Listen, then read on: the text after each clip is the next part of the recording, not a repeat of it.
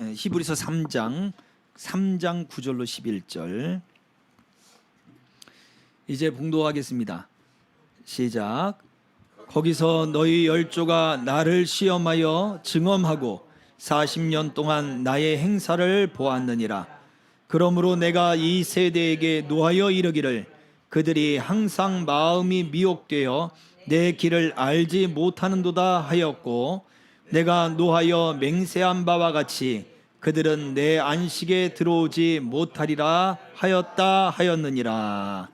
아멘.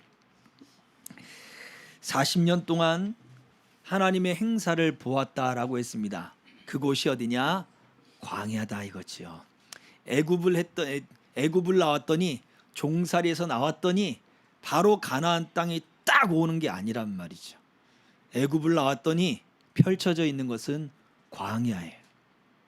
그 광야에 하나님의 산이 있고, 그 하나님의 산에서 하나님의 임재를 만나고, 그리고 그 하나님의 임재가 임한 이후로 계속해서 하나님이 구름 기둥과 불 기둥으로 함께 하시는 곳이 광야더라 이거죠. 그래서 우리가 광야만 생각하면 참 힘듭니다.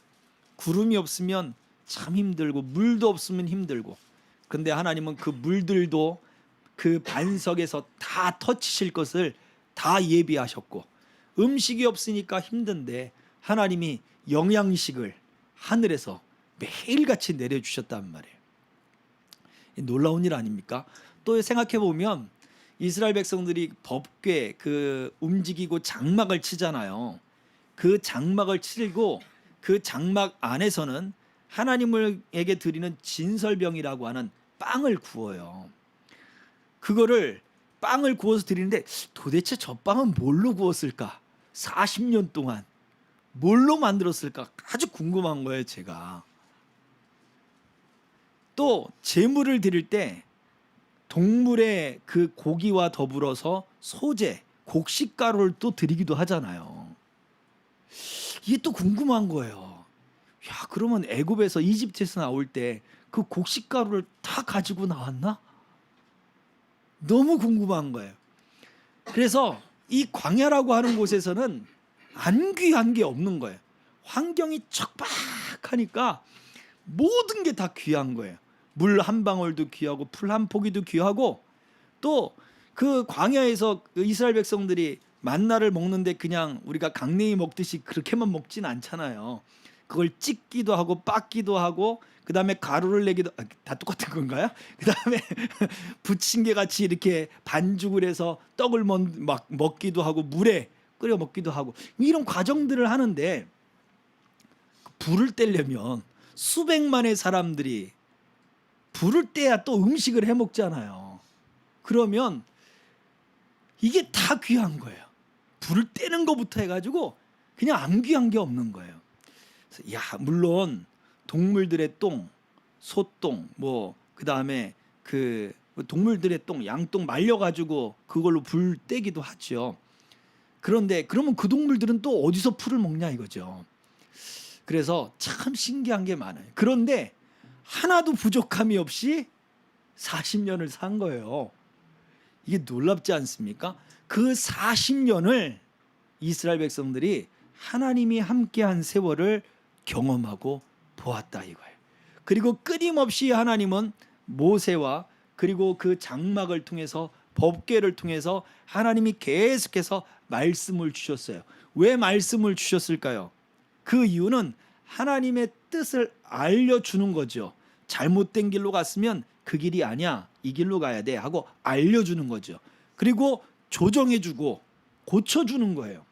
그런데 하나님이 오늘 10절의 말씀이 뭐라고 얘기하고 있냐면, 그러므로 내가 이 세대에게 노하여 이르기를 그들이 항상 마음이 미혹되어 내 길을 알지 못하는도다. 하나님은 계속해서 알려주신 거예요.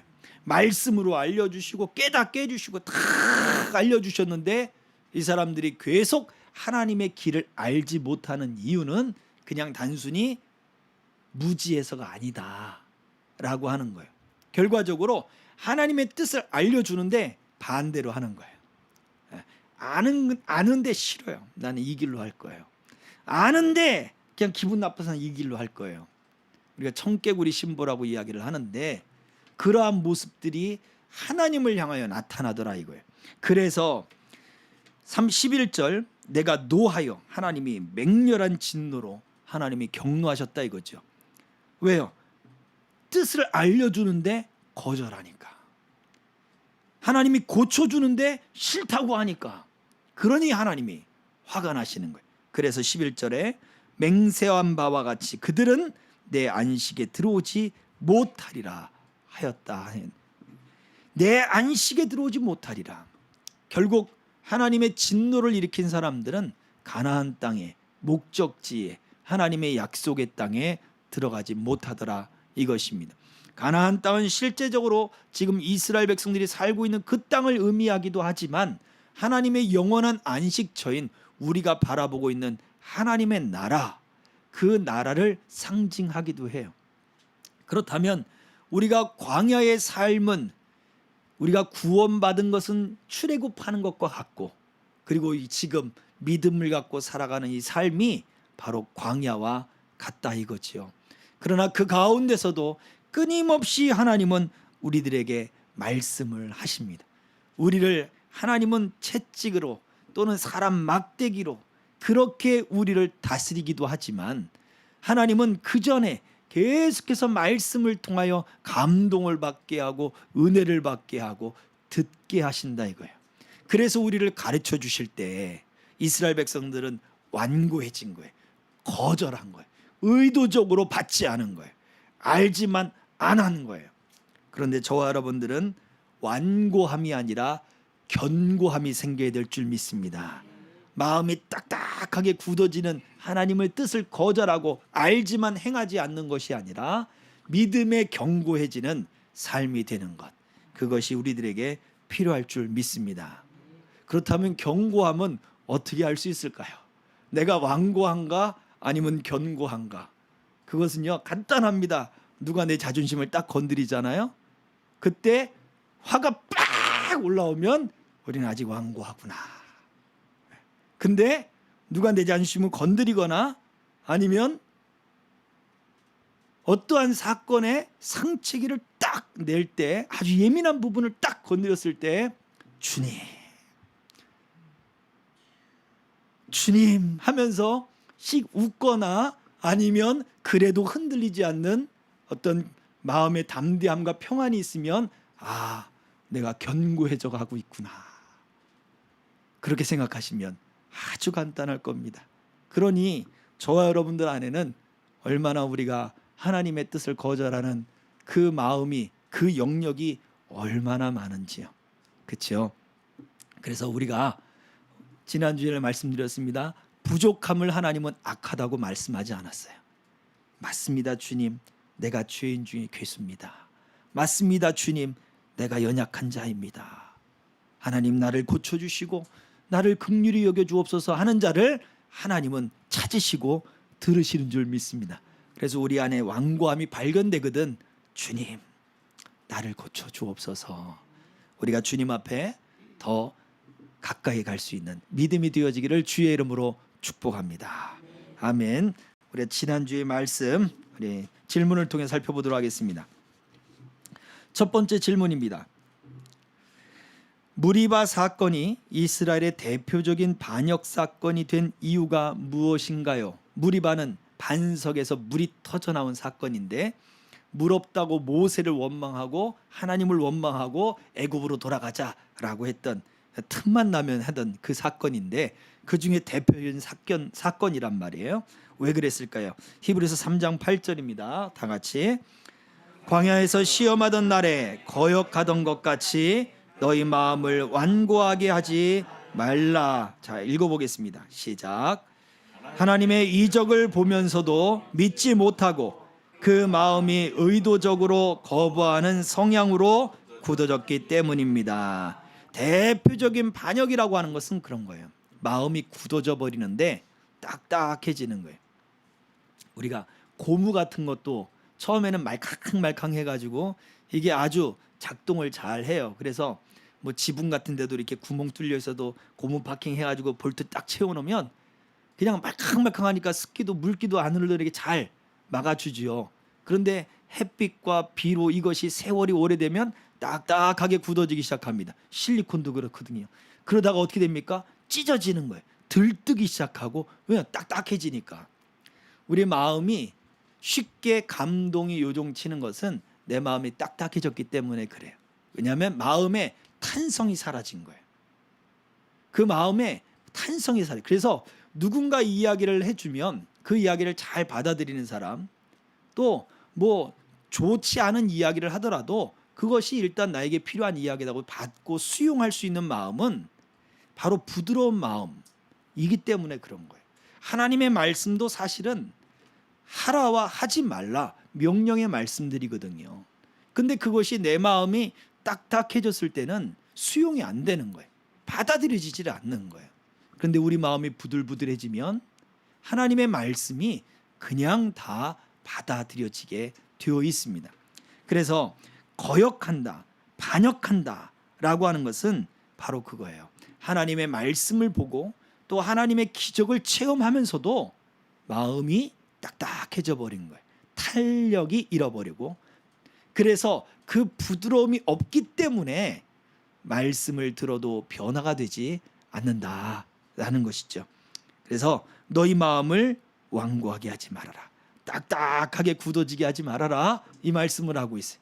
내 말이 반석을 쳐서 부서뜨리는 방망이 같지 아니하냐. 예레미야 선지자에게 하시는 그 말씀을 우리는 들어야 될 줄 믿습니다. 그렇습니다. 두 번째 질문입니다. 사람들이 마음을 굳게 닫고 불복하면 하나님께서는 어떻게 하신다고 하셨나요? 신명기 28 아니요. 히브리서 3장 11절 말씀입니다. 시작. 내가 노하여 맹세한 바와 같이 그들은 내 안식에 들어오지 못하리라 하였다 하였느니라. 그렇습니다. 사람들이 그 마음이 굳어져서 그 마음이 딱딱해진 대로 그냥 내버려 두니까 하나님도 내버려 두겠다 이거예요. 더 딱딱해지도록 내버려 두는 거예요. 그냥 하나님 방치해 주겠다는 거예요. 그래? 그럼 너 마음대로 한번 살아봐. 하나님은 그러시는 거예요. 그러면 결국 그 끝은 무엇이냐? 하나님의 약속, 하나님이 주시는 안식, 하나님이 주시는 최종의 목적의 선물이 그들에게는 허락되지 않는다는 거예요. 안 받고 말죠. 그게 아니라니까요.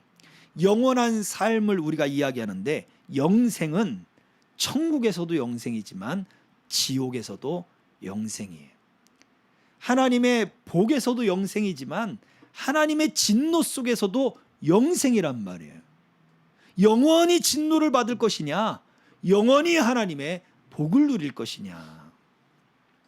그래서 우리가 마음을 열수록 부족한 게 하나님 앞에 악한 것이 아닙니다.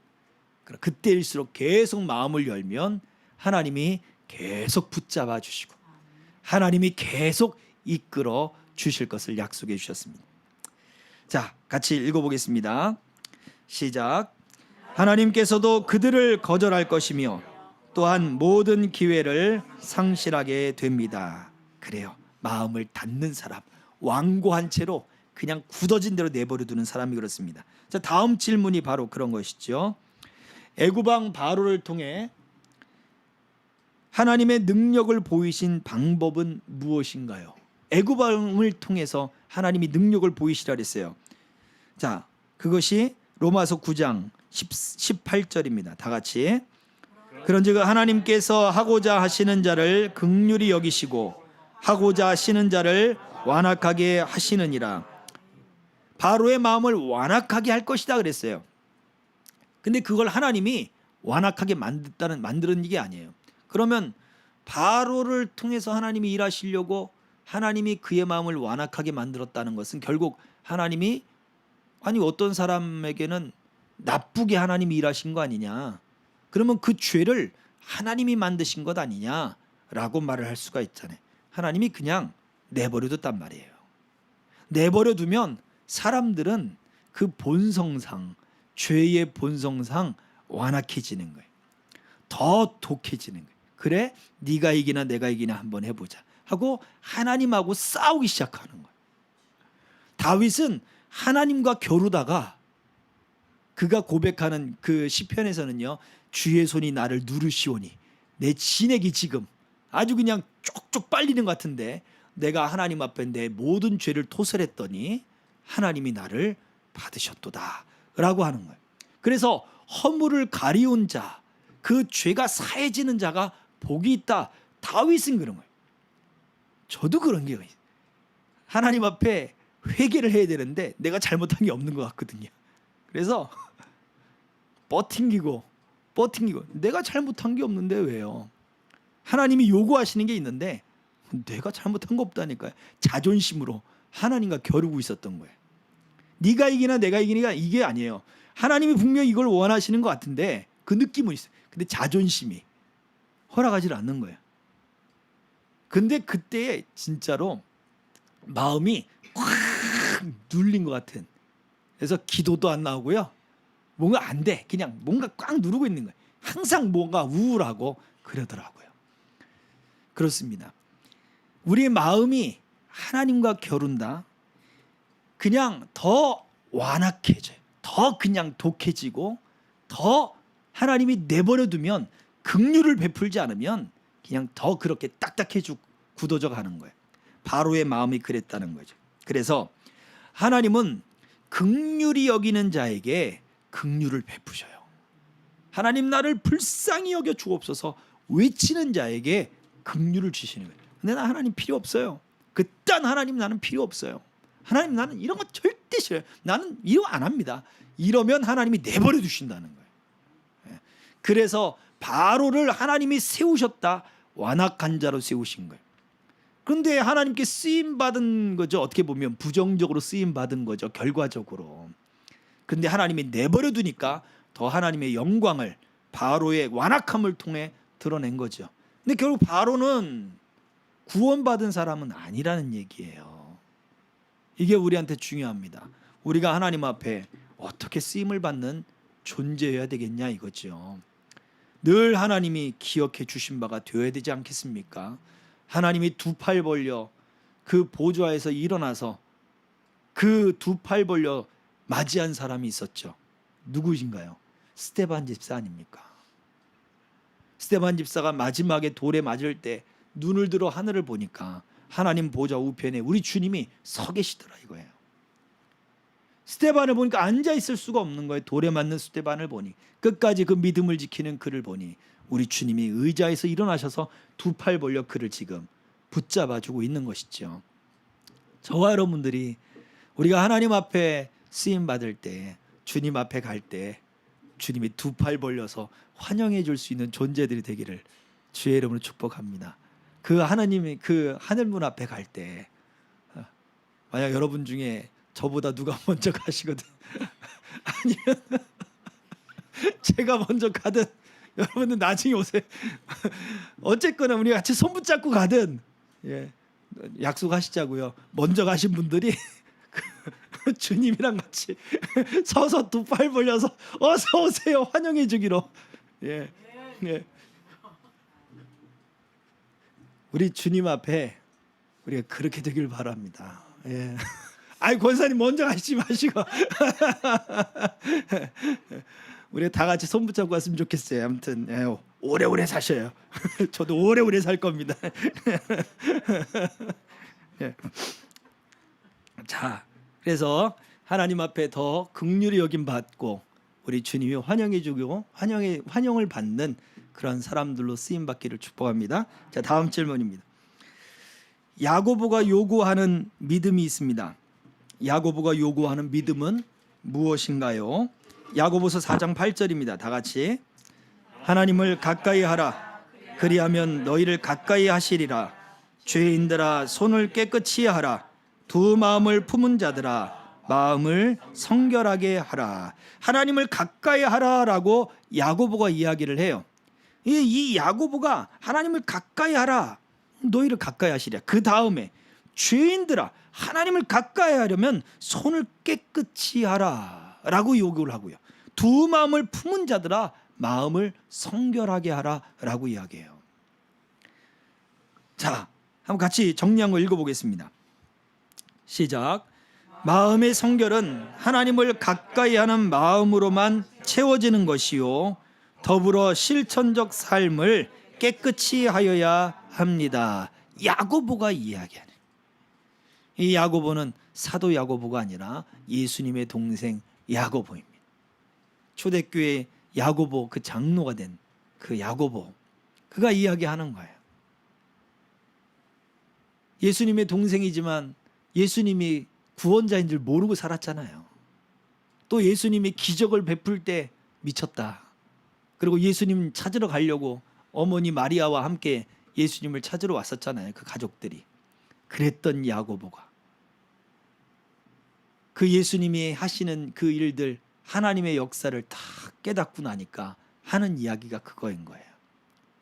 우리 마음을 성결하게 해야 되는데, 성결하게 한다는 게 뭐냐? 하나님을 가까이 하는 마음으로 채워가는 것이구나. 그렇다면 바울 사도가 얘기했던 죄의 몸과 성령을 따르는 그 마음이 내 마음 안에 같이 있는데 어떻게 하면 좋겠습니까, 주님?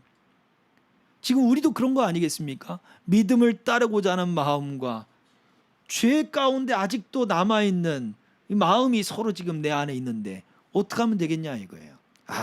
하나님을 가까이 하는 마음으로 자꾸 채워야 되는구나 이거죠. 오늘도 죄를 발견했습니다. 오늘도 내 연약함을 발견했습니다. 오늘도 내 상처를 발견했습니다.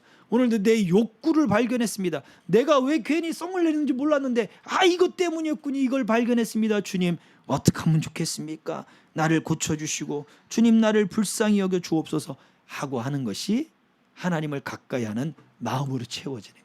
그리고 회개했으면 어떻게 합니까? 고쳐야죠. 이제는 우리 바꿔야죠. 바꿔 나가는 거죠. 양파 껍질 벗기듯 오늘보다 내일, 내일보다 내일 모레가 더 좋아지면 됩니다. 할렐루야. 그래서 날마다 더 좋아지는 저와 여러분 되시길 주의 이름으로 축복합니다. 자, 5번째입니다. 하나님이 보시는 믿음의 부족은 악한 것인가요? 여러 차례 말씀드렸습니다. 야고보서 5장 16절 시작. 그러므로 너희 죄를 서로 고백하며 병이 낫기를 위하여 서로 기도하라. 의인의 강구는 역사하는 힘이 큼이니라. 아멘. 부족하기 때문에 서로 기도해 주라는 거죠. 부족하기 때문에 서로 고백하라는 거예요. 서로 고백하고 서로 나누니까 받아들이고 수용하고, 맞아요, 내가 그런 사람입니다. 마음이 부드러우면 다 받아들여져요. 그리고 또 고쳐지게 되고, 그리고 이거 문제 때문에 나를 위해서 기도해 주세요. 연약한 사람입니다. 위해서 기도해 주십시오. 여러분의 기도가 아니면 우리가 설 수가 없습니다. 기도를 요청하고 그렇게 되는 거예요. 오늘 권사님 모시자마자 목사님 기도 좀 받아야 되겠다고. 제가 기도해드리죠. 제가 안 돼요. 나 에너지 빠지는 것 같아서 안 돼요. 그럽니까? 체력이 쪽쪽 빠져서 안 돼요. 그럽니까? 아니잖아요. 서로 기도해 주는 거예요. 서로 기도해 주는 거예요. 꼭 안수가 아니어도 병 낫기를 위하여 서로 기도하고, 의인의 강구가 역사하는 힘이 큼이니라 라고 말씀을 하고 있잖아요. 우리 눈에 보이는 거 왜 보입니까? 기도하라고 보이는 거죠. 그러니 하나님이 먼저 깨닫게 해주시는 건, 우리가 깨닫지 못하니까 내가 먼저 깨닫게 하는구나. 그러면 내가 기도해야 되겠구나. 그렇게 하다 보면 역사하는 힘이 커지게 되는 것입니다. 자, 믿음의 부족, 이것이 악한 것인가요? 같이 읽어봅니다. 시작. 믿음의 부족이 아니라 믿음에 대한 의도적인 거절이 악한 것입니다. 아멘. 그러니까 우리는 의도적으로 받아들이시면 되는 거예요. 자, 6번째입니다. 믿음이 실체화된다는 것은 어떤 의미일까요? 믿음이 실제가 된다. 실체화, 눈에 보이는 것처럼 믿음이 나타나게 되는 것. 야고보서 2장 20절입니다. 시작. 허탄한 사람아, 행함이 없는 믿음이 헛것인 줄을 알고자 하느냐. 아멘. 영혼 없는 몸이 죽은 것처럼 행함 없는 믿음은 죽은 믿음이다. 행함이 없는 믿음은 헛것이다. 허공에 떠도는 같은 그런 아무것도 아닌 것이 된다. 그러면 실체가 되려면 어떻게 됩니까? 실천적인 행동이 나타나야 되겠죠. 자, 같이 읽어볼게요. 시작. 말씀이 우리의 마음에 던져주는 하나님의 선하신 뜻을 순종할 때 믿음은 실제가 됩니다. 그래요. 마음에 던져주는 것, 여러분 생각해 주고 또 말씀을 듣고 또 그러면 그거에 순종해 나가시는 것이 그 믿음을 구체화시키고 실체화시키고 바로 그렇게 만들어 나가는 것입니다. 여러분이 기도하다가 어떤 문제를 놓고 기도하잖아요. 근데 그 기도하다가 주일날 말씀을 듣다가 내가 기도했던 부분인데 말씀 속에 딱 던져지는 게 있어요. 그리고 또 한 번이 아니라 또 라디오를 듣다가 그 말씀이 또 나온다든지, 아니면 책을 읽다가 그 말씀이 또 나온다든지, 아니면 누구랑 대화를 하는데 그런 의미 이야기를 또 한다든지, 2번, 3번 경험되신 적이 있으셨습니까? 하나님이 그건 확실하게 말씀을 주시는 거예요. 그러한 응답들을 가지고 우리 마음에 확신을 가지고, 아, 내가 속히 행해야 되는구나. 이거는 내가 이거는 빨리 행해야 되는구나. 2번, 3번 하는 것은 하나님이 급하신 거예요. 빨리 순종해야 되는 거구나. 그래서 우리 마음에 던져주시는 하나님의 그 뜻들을 무시하지 말고 하나님의 그 말씀들에 더 순종, 의도적인 순종을 하시기를 바랍니다. 그래서 순종이 안 되면 복종을 하라잖아요. 사람한테 복종할 필요 없어요. 그냥 말씀에는 복종해야 되는 거예요. 의도적으로도 순종해야 되는 거예요. 그것이 우리들에게 필요합니다. 자, 마지막입니다. 완고함을 버리고 믿음을 성취하는 삶을 살기 위해서 어떻게 해야 합니까? 완고함을 버리고 믿음을 이제 실체화시키는 것 어떻게 해야 됩니까? 히브리서 3장 13절 시작. 오직 오늘이라 일컫는 동안에 매일 피차 권면하여 너희 중에 누구든지 죄의 유혹으로 완고하게 되지 않도록 하라. 아멘. 그렇습니다. 죄의 유혹이에요. 죄는 자꾸 유혹하고 미혹해. 그래서 다른 길을 가게 해요. 다른 뜻을 가게 해요. 이상하게 사람과 대화를 하는데 똑같은 이야기를 하는데 나는 아라고 했는데 어라고 알아들어요. 이게 방향이 너무나 틀려져 버리는 거예요. 그래가지고 전혀 정반대의 뜻으로 알아듣는 경우들도 많이 있더라고요. 그것이 바로 그렇습니다. 미혹하고 유혹하는 게 그거예요.